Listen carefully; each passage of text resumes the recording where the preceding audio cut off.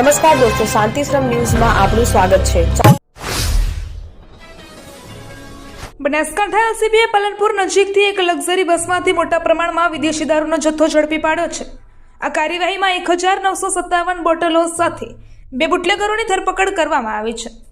આ દારૂ રાજસ્થાનથી ગુજરાતમાં ઘુસાડવામાં આવી રહ્યો હતો। એલસીબીની ટીમે સોની ટ્રાવેલ્સની AR11H5544 નંબરની લક્ઝરી બસને રોકાવી તપાસ કરી હતી। આ બસની પેસેન્જર સ્લીપર સીટોમાં છુપાવેલો ₹8.56 લાખથી વધુ કિંમતનો વિદેશી દારૂ અને બિયરનો જથ્થો મળી આવ્યો હતો। દારૂ અને બસ સહિત કુલ 28,74,098નો મુદ્દામાલ જપ્ત કરવામાં આવ્યો છે।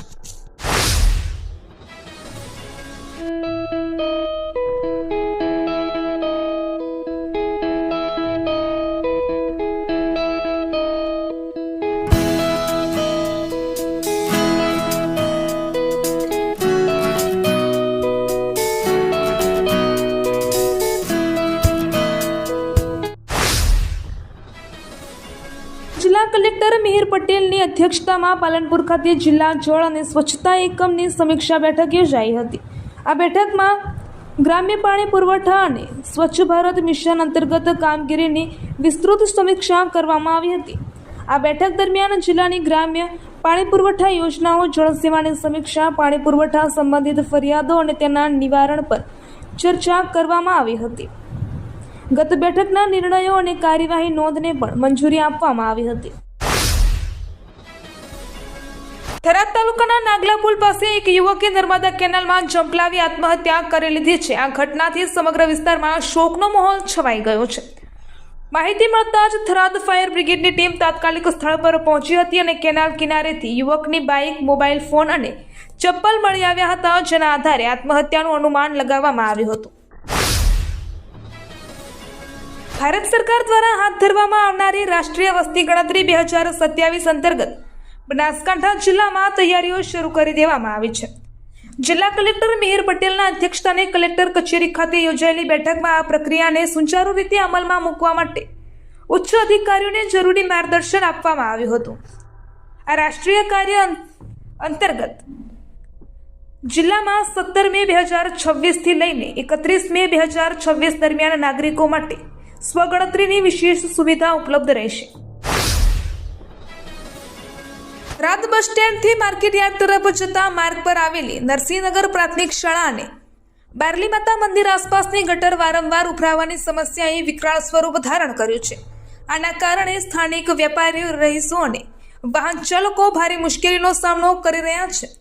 સ્થાનિકોના જણાવ્યા મુજબ આ ગટર દર અઠવાડિયે એક વખત ઉભરાય છે, જેના કારણે ગંદુ પાણી રસ્તા પર ફેલાઈ જાય છે। દુકાનો સામે ગંદકી ફેલાતા વેપાર પર પણ નકારાત્મક અસર પડી રહી છે।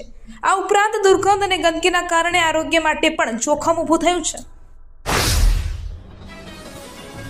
દિયોદર પોલીસ સ્ટેશન વિસ્તારના ફોરણા ગામની સીમમાં પેરોલ ફરલો સ્કોડ વાવ થરાદે મોટી કાર્યવાહી કરી છે। પોલીસે વીડ વિસ્તારમાં આવેલા એક ખેતરમાંથી ₹9.74 લાખનો વિદેશી દારૂ અને બિયરનો જથ્થો ઝડપી પાડ્યો છે। આ દરોડા દરમિયાન કુલ 3,596 બોટલો વિદેશી દારૂ અને બિયર ટીન મળી આવ્યા હતા, જેની કુલ કિંમત ₹9,74,676 આંકવામાં આવી રહી છે। દારૂ ઉપરાંત દારૂની હેરાફેરીમાં ઉપયોગમાં લેવાતી સ્વિફ્ટ, મહિન્દ્રા બોલેરો અને અલ્ટો K10 ગાડીઓ પણ જપ્ત કરવામાં આવી હતી, જેની કિંમત 11,50,000 થાય છે। આમ કુલ કિંમત 21,24,976નો મુદ્દામાલ કબજે કરવામાં આવ્યો છે। Simco sunlight pants queen સાફ્ટર મશીનથી colour બનાવનાર નવીન ઘરને સુશોભિત કરવા એકવાર અવશ્ય મુલાકાત લો। Simco sunlight pants.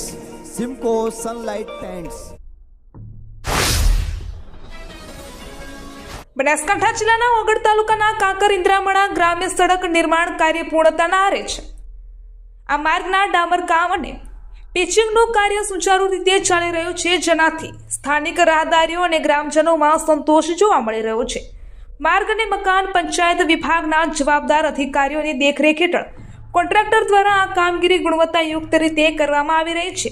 રોડ પર પાણી છાંટીને રોલર ફેરવવામાં આવ્યું હતું, ત્યારબાદ ડામર કામ કરવામાં આવ્યું હતું।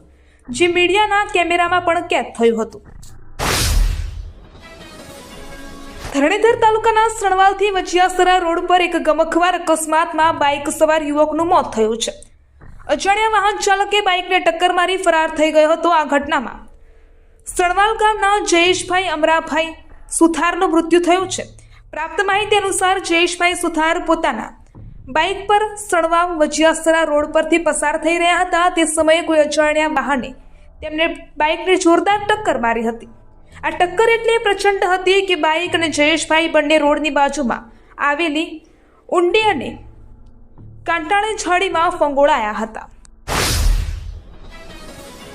થરાદ ફેમિલી કોર્ટના જજ ડાંગેની બદલી થતા થરાદ બાર એસોસિએશન દ્વારા વિદાય સમારોહનું આયોજન કરવામાં આવ્યું હતું. આ કાર્યક્રમમાં બાર એસોસિએશનના પ્રમુખ, હોદ્દેદારો અને વકીલ મિત્રો ઉપસ્થિત રહ્યા હતા. તેમણે જજ ડાંગે સાહેબના કાર્યકાળ દરમિયાન આપેલી નિષ્પક્ષ અને સંવેદનશીલ ન્યાય સેવાની પ્રશંસા કરી હતી. તમામ સભ્યોએ તેમને સાફો, સાલ, શ્રીફળ અને સાકર અર્પણ કરીને સન્માનિત કર્યા હતા. જજ દ્વારા થરાદ બાર અને નાગરિકો દ્વારા મળેલા સહકાર બદલ આભાર વ્યક્ત કર્યો હતો. અંતમાં સૌએ તેમના ઉજ્જવળ ભવિષ્ય, ઉત્તમ આરોગ્ય અને વધુ પ્રગતિ માટે શુભેચ્છાઓ પાઠવી ભાવભીની વિદાય આપી હતી. વાવ-થરાદ જિલ્લાના સરહદી સુઈગામ પંથકમાં આજે બપોર બાદ હવામાનમાં અચાનક પલટો આવ્યો હતો. ભારે પવન ફૂંકાતા ધૂળની ડમરીઓ ઉડી હતી, જેના કારણે વાતાવરણ ધૂંધળું બન્યું હતું. ધૂળની ડમરીઓ અને પવનને કારણે રસ્તાઓ પર વાહન ચાલકોને અવરજવરમાં મુશ્કેલી પડી હતી. ગ્રામ્ય વિસ્તારોમાં લોકોએ ઘરની બહાર નીકળવાનું ટાળ્યું હતું. છેલ્લા એક સપ્તાહથી કાળઝાળ ગરમીનો પ્રકોપ હતો, ત્યારે હવામાનના બદલાવથી લોકોને ગરમીમાંથી આંશિક રાહત મળી હતી. જો કે ભારે પવનને કારણે દૈનિક જનજીવન પર પણ અસર જોવા મળી રહી છે.